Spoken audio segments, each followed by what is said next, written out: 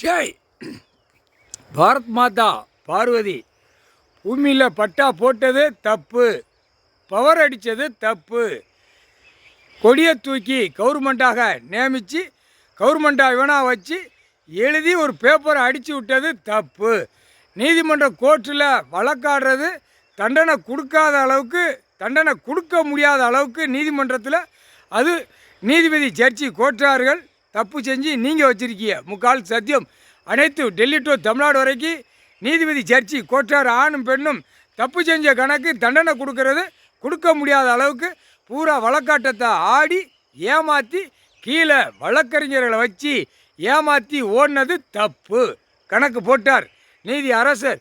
நீதிபதி ஜட்ஜி கணக்கு எழுதிட்டார்.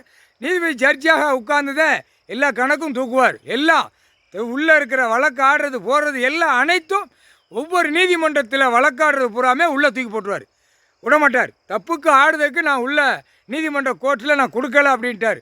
தப்புக்கு ஆடுறதுக்கு நான் கொடுக்கல, பூமியை அழிக்கிறதுக்கு நான் கொடுக்கல, 2ஆம் நம்பராக திருச்சி பூமியை பாழாக்கிறதுக்கு நான் கொடுக்கல. முக்கால் சத்தியம். விவசாயம் எல்லாம் மழை வேலி பொழியும், பூமியில் விளையும், சாப்பிட்டு போ. அதான் இருக்கிற இடம் ஆடை.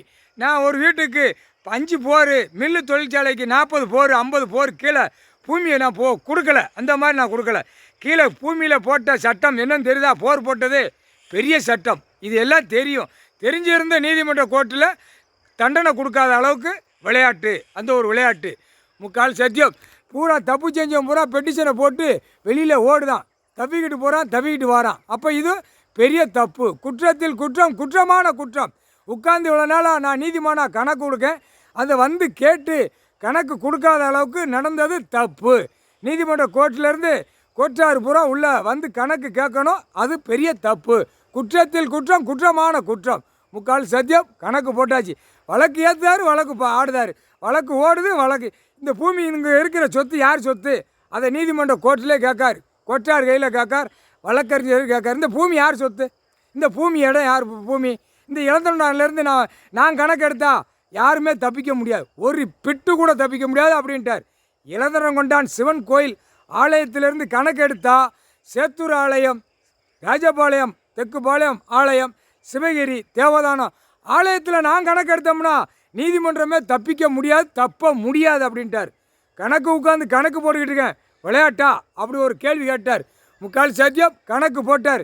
எதுக்கு திராசை இடம் பிடிச்சி நிற்க, அது கூட கணக்கு வரலையா அப்படின்னு கேள்வி கேட்கார். கோர்ட்டார் கையில் கேட்கார். கோர்ட்டார் நீதிபதி ஜட்ஜி கேட்கார், ஏன் நான் நிற்கேன் தெரியலையா அப்படிங்கிற ஒரு கேள்வி கேட்கார்.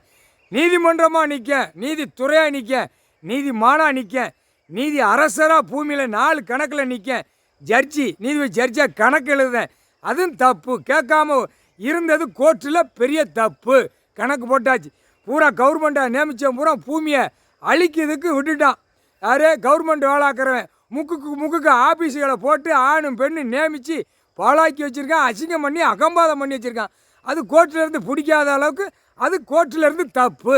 முக்கால் சத்தியம். போட்டாருப்பா கணக்கு.